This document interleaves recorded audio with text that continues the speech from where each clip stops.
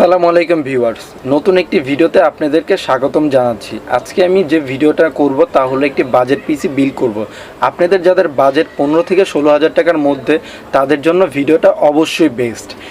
কেননা আমরা এই 15 থেকে 16,000 টাকা বাজেটের মধ্যে আমরা রাখতেছি সর্বপ্রথম যে প্রসেসরটি, তা হলো একটি bulk processor core i5 6 gen, এবং এটার সাথে আমরা যে মাদারবোর্ডটা ইউজ করব তা হলো গিগাবাইটের 110 একটি মাদারবোর্ড। এই মাদারবোর্ডটির মডেল হলো H1110M DS2।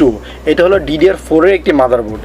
এবং আমরা র্যাম হিসাবে যেটা ইউজ করব সেটা হলো XLR8 ব্র্যান্ডের DDR4 এর 8GB র্যাম। এই র্যামটা ইউজ করার কারণ হলো, যদি ভবিষ্যতে আমরা কখনো মাদারবোর্ডটা চেঞ্জ করি, কারণ আমাদের বাজেটটা যখন বাড়বে আমরা অবশ্যই চাবো একটু আপডেট হইতে, তখনই আমরা মাদারবোর্ডটা চেঞ্জ করব। তো সেই ক্ষেত্রে আমরা এই র্যামটা যেন ইউজ করতে পারি, তাই এই ব্র্যান্ডের র্যামটা ইউজ করা। কারণ এই হলো এটা অনেকগুলো মেগা হার্টসের অপশন দেওয়া আছে, এবং এই বাস স্পিডগুলো আপনার যে কোনো ব্র্যান্ডের মাদারবোর্ডের সাথে ইউজ করতে পারবেন।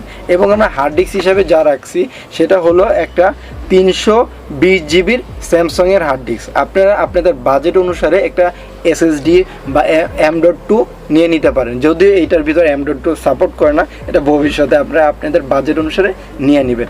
এবং আমরা যেহেতু বাজেট পিসি সেট আপ করতেছি, বিল্ড করতেছি, তার জন্য একটা পাওয়ার সাপ্লাই নিব।